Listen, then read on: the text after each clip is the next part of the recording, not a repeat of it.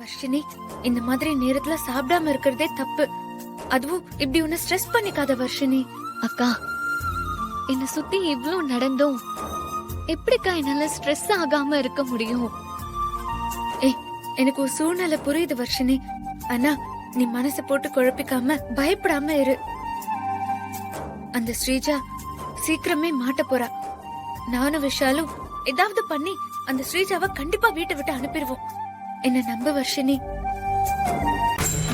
இசை, அத்தை அத்தை இசை, உன் ரூம்க்கு போயிட்டு தான் வந்தேன். விஷால் தான் சொன்னா நீ இங்க இருக்கன்னு. என்ன அத்தை, என்ன விஷயம்? பாட்டி அமர்நாத்ல இருக்கிற பனிலிங்கத்தை பாக்குறதுக்காக ஓகே, டூர் கிளம்புறாங்க.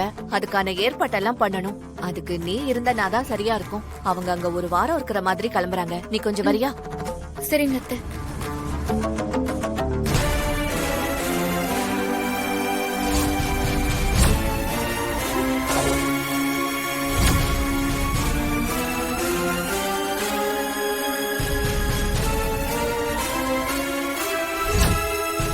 வர்ஷினி,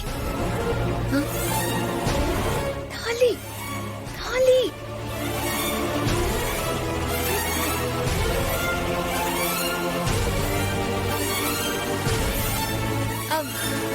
அதெல்லாம் சரி அத்தை. பாட்டி எதுக்கு திடீர்னு அமர்நாத் எல்லாம் போறாங்கன்னு சொல்றீங்களா?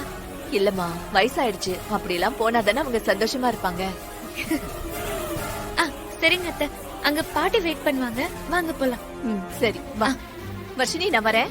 ஏய், தாலி எடுத்து உள்ள போடு.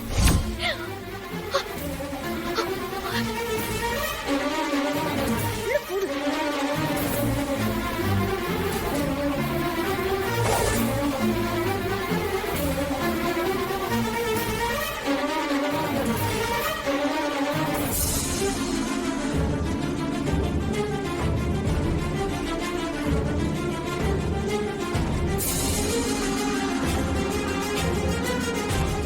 அத்தை, என்னாச்சு அத்தை?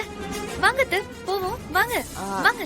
இல்லம்மா, அத்தை, என்னாச்சு அத்தை? வர்ஷினிய பாத்துட்டு இருக்கீங்க? ஒண்ணும் இல்லம்மா, ஏதோ ஒரு சேஞ்ச நான் கவனிச்ச மாதிரி இருந்தது, அதான். ஐயோ, சேஞ்சஸ்? அவகிட்ட எல்லாம் ஒன்னும் சேஞ்சஸ் இல்லையே. அவ அப்படியே தான் இருக்கா. அவகிட்ட எந்த சேஞ்சஸுமே இல்ல. இல்லம்மா, ஏதோ சம்திங் நான் பார்த்த மாதிரி இருந்துச்சு, அதான். அதெல்லாம் ஒண்ணும் இல்ல அத்தை. அத்தை, பாட்டி அங்க வெயிட் பண்ணிட்டு இருக்காங்க அத்தை. போவோம். சரி சரி, வா.